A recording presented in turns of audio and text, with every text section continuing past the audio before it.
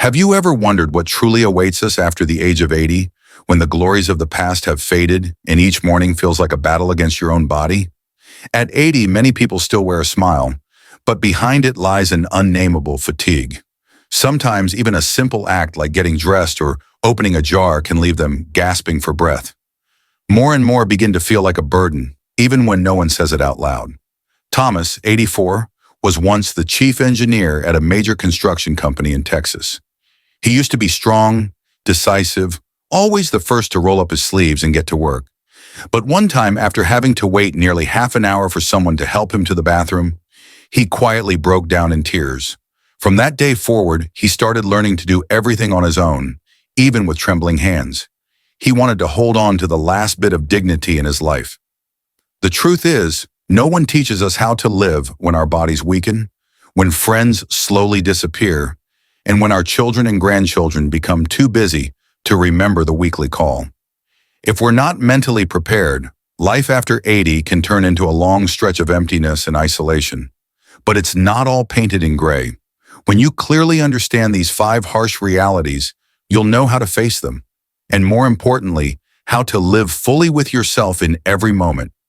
This video will help you recognize the truths about aging that no one wants to say, but everyone needs to understand. This is not just a warning, but a key to help you live your 80s with meaning, dignity, and self-respect. If you find this content helpful, don't hesitate to hit like and share it with the people you love. They too might be in need of this gentle reminder. Feel free to share your thoughts or story in the comments. You're not alone on this journey.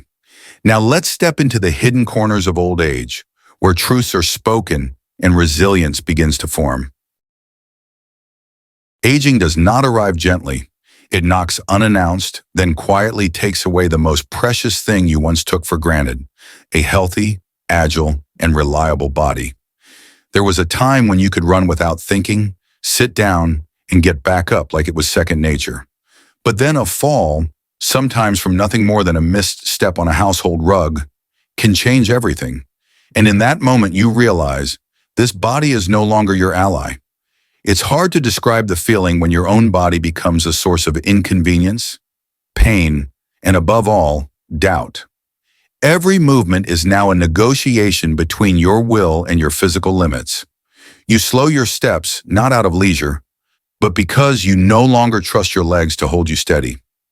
The dull aches in your back, hips, or knees don't just torment your body.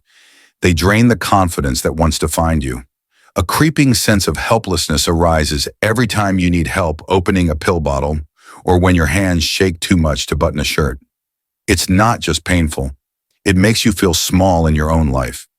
Over 30% of people aged 80 and above have experienced a fall in the past year.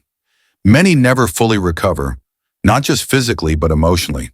Chronic conditions like arthritis, osteoporosis, or spinal inflammation slowly strip away mobility, turning even the act of rising from a chair into a challenge. And the most disheartening part is, no one ever taught us how to befriend a body that seems to be betraying us. Yet the miracle lies in this. The human capacity to adapt never ceases to amaze. Even when your body's no longer what it used to be, you can still learn to listen to it instead of merely resenting it. Gentle exercises, hours of physical therapy, or simply developing restful habits. Over time, they bring about a quiet but steady recovery. And more than anything, what truly changes is how you see yourself.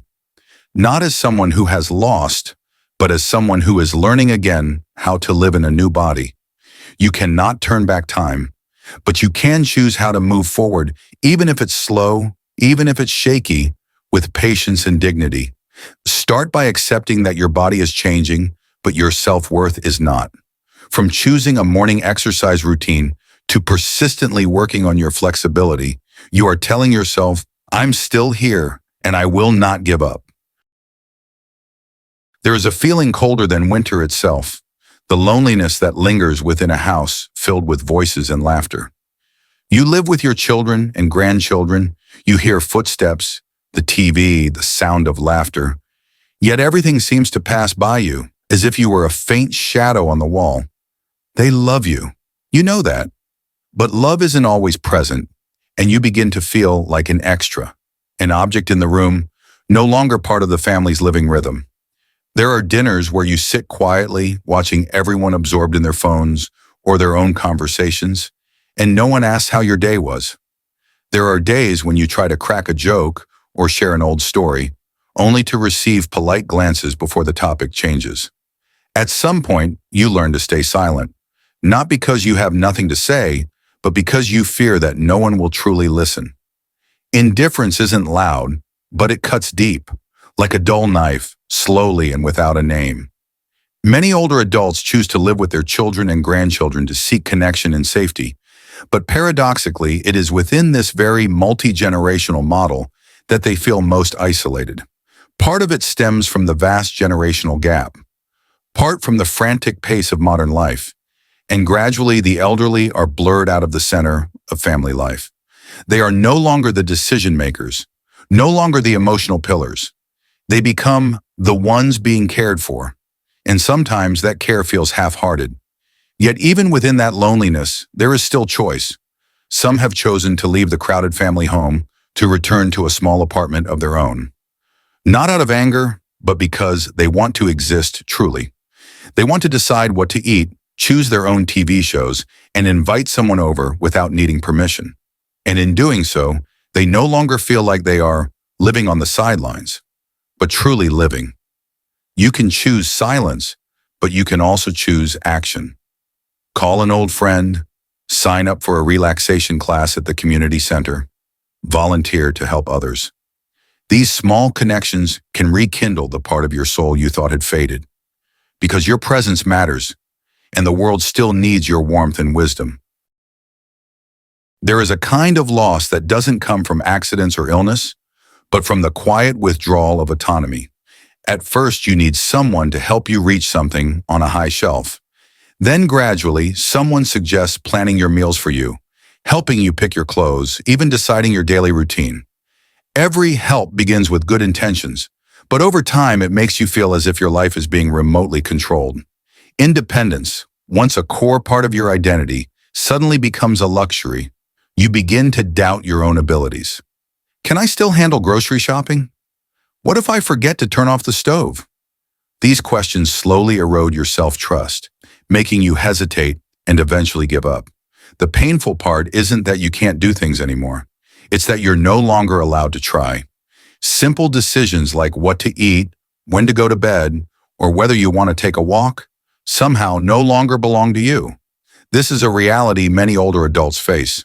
Nursing homes, home care programs, even when well-equipped and safe, can easily fall into the trap of being overprotective. A recent study revealed that losing autonomy is one of the leading causes of depression in older adults, even when they are well taken care of. Because no one feels fully alive if they no longer have choices. But there will come a moment when you stop and ask yourself, is there something I can reclaim for myself? And the answer is yes. You don't need to reclaim everything all at once. Just start with the smallest things. Choosing the food you enjoy, wearing the clothes that make you feel comfortable, or going for a walk at the time you like. These small choices are the building blocks of independence, and every block you reclaim is a piece of your identity restored. Independence doesn't mean doing everything alone. It means being respected as a person with the right to choose, even if your body isn't as agile as it once was. Speak up, make suggestions, and take initiative. Ask, can I try doing this myself today? Because each time you do, you're holding on to a part of your life, not letting it slip away into someone else's hands. There is an unnamed fear that many older adults live with every day, not because of what has happened, but because of what might happen. You wake up and feel a slight ache in your knee, then wonder, could this be a sign of something serious? On another day, you forget someone's familiar name and ask yourself, is this the beginning of memory loss? Fear doesn't strike like a storm. It seeps in like a slow, constant rain, gradually eroding your inner peace. The greatest fear isn't aging itself. It's not knowing what you'll lose next. How can you plan for the future when your own body becomes the biggest uncertainty? You worry about going outside, afraid you might fall in the street. You hesitate to join community events, fearing you won't keep up with others. Slowly, the world outside narrows and you begin to retreat into your comfort zone, all because of one worst-case scenario in your mind. In reality, many older adults decline medical checkups, refuse invitations, and avoid socializing. Not out of laziness, but because of quiet fear. Fear of discovering illness, fear of burdening others, fear of losing control. These worries often go unspoken, either to avoid worrying their children or because they assume everyone must go through this. But silence doesn't make fear go away. It only deepens the loneliness. And then something strange happens. Sometimes facing fear is the only way to dispel the darkness. You can't control the future, but you can control how you respond to fear. Getting regular checkups isn't about finding faults. It's about staying proactive. Attending a gentle yoga class or a senior's art workshop isn't about keeping up. It's a way to remind yourself that you're still vibrant. Most importantly, learn to share your fears. A heartfelt conversation with a family member, a doctor, or a peer can be enough to ease your burden. You are not alone. Your fear is real, and many others feel the same way. But you still have a choice: to live in avoidance or to live with courage. Every small act, opening the window to let in sunlight, making a phone call, jotting down symptoms to discuss with your doctor, is a sign of bravery. Not because you're fearless, but because you refuse to let fear dictate how you live. There are moments that seem small but shake you to the core, like when you have to wait nearly 30 minutes just for someone to help you use the restroom. Like when you raise your hand for assistance, but no one notices. In those moments, what's lost isn't just convenience, it's dignity. You don't want pity, you simply want respect. But when your body no longer functions as it used to, and others get used to making decisions for you, that respect can start to fade. Dignity isn't found in how you walk or how you speak. It's in the feeling that you are still a person of worth, with the right to be waited for, to be heard, to hold your own opinions. When these simple things are taken away, even unintentionally, you begin to feel invisible. The self that once stood firm throughout life suddenly feels fragile. No one says it aloud, but you sense it, in the overly gentle voices, in the concerned looks, as if you were a child no longer capable of choice. In a society that praises independence, older adults are still vulnerable to being overlooked through care, as though helping someone gives permission to decide everything for them. A recent report found that many people over 80 feel they are being treated as invisible. No one listens to their opinions, no one lets them choose, no one asks what they truly want. And that kind of dismissal hurts more than any physical pain. But there is a truth stronger than all of this. You have the right to fight for your worth, and it begins with the smallest of actions. Like saying, I want to do this myself, even if it takes longer. Like writing a short list of the things you can still do and being proud of them. Or simply standing up each morning with the quiet declaration, I am still me. Not out of stubbornness, but as an affirmation that dignity doesn't depend on age or physical strength. Dignity is not something others bestow upon you. It comes from how you treat yourself. Wear the clothes you like. Put on the jewelry you used to love. Speak your mind at the dinner table. Persist in doing small tasks on your own, even if they take more time. Each of these is a silent declaration. I will not let aging take away my sense of self. And if there are moments when you feel tired, remember you are not alone. Many others are fighting the same quiet battle each day, not to reclaim youth, but to protect the self, whole, beautiful, and worthy of honor until the very end. Thank you for taking the time to stay with me until the end of this video. Old age is not a full stop.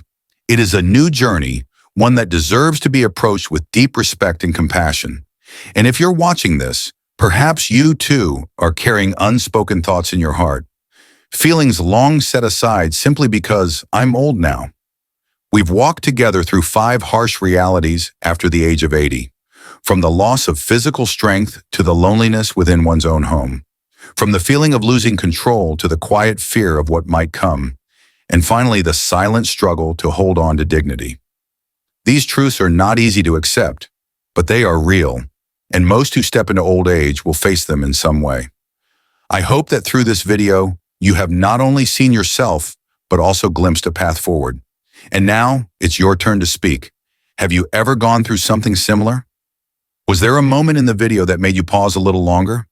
Please share your thoughts in the comments. Because when you share, you're not only lightening your own heart, you're giving strength to others who may be quietly facing the same things. If you found this content helpful, don't hesitate to share it with someone you love, or save it to revisit later. It's the simplest way to spread empathy and help build a community where older adults are heard and respected.